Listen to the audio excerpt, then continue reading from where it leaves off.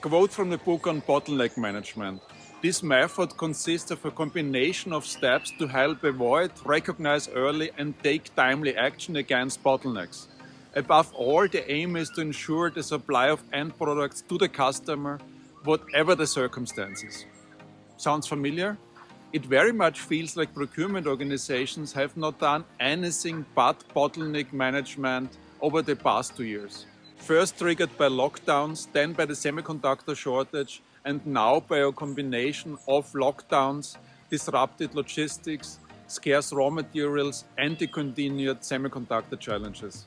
In this video, we are going to draw some general conclusions from the experiences of the past 2 years. Let's get started.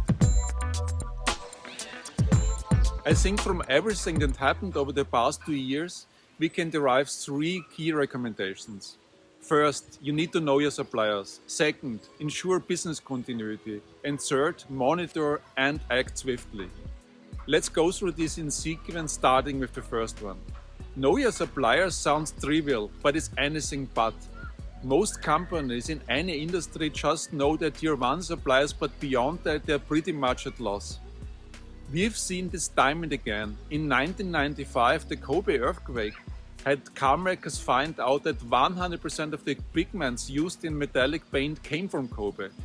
I could cite many more examples, but the sad truth is that basically there were 0 lessons learned from this.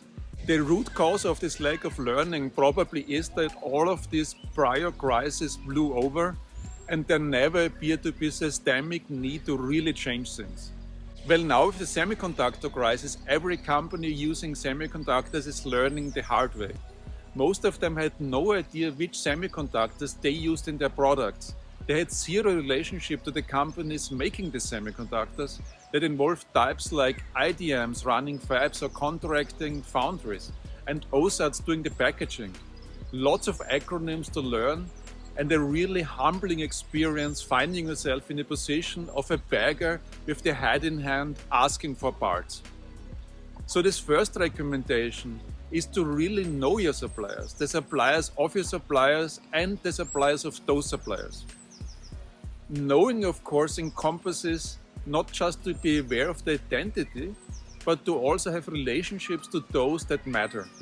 And this cascade of your suppliers, the supplier of your suppliers, and the suppliers of those suppliers comes back in the second recommendation: ensure business continuity. You really need to map out the supply chain across these 3 tiers of suppliers.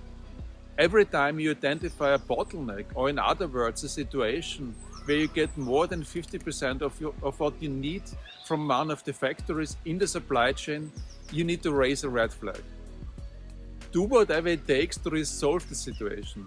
You should have at least 2 independent factories for everything you need, and ideally these 2 factories should be located on different continents. I understand that you will not achieve this for everything at once, but try to achieve it wherever possible. When crisis eventually hits, the fewer headaches you have to focus on, the better. Which brings us to the third recommendation: monitor and act swiftly. Here's an interesting data point. The PC industry got into the current semiconductor crisis in May or June 2020. It took the automotive industry until December 2020 or January 2021 to understand that something was going off track. So there was a delay of 7 months.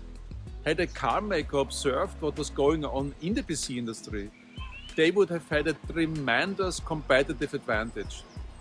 They could have used this time to strategically buy stocks of semiconductors and then master the current crisis much better than their industry peers. Monitoring and acting swiftly also requires a certain amount of foresight. I'm not talking about a crystal ball, I'm talking about logical thinking. With the emergence of a highly contagious virus variant, it had been clear since the beginning of the year that a wave of rolling lockdowns would happen in China. Again, companies could have prepared for the current shortages. So there you have it, A5 Bottleneck Management, a purchasing chessboard method that can enable you to ship products while the factories of your competitors are running idle. Okay, I'm curious, over the past 2 years, which approaches to secure supply have been most effective for you? Let all of us know in the comments down below, and should you have a question, I will get back to you within 24 hours. Thank you for watching, and I see you in the next one. Bye.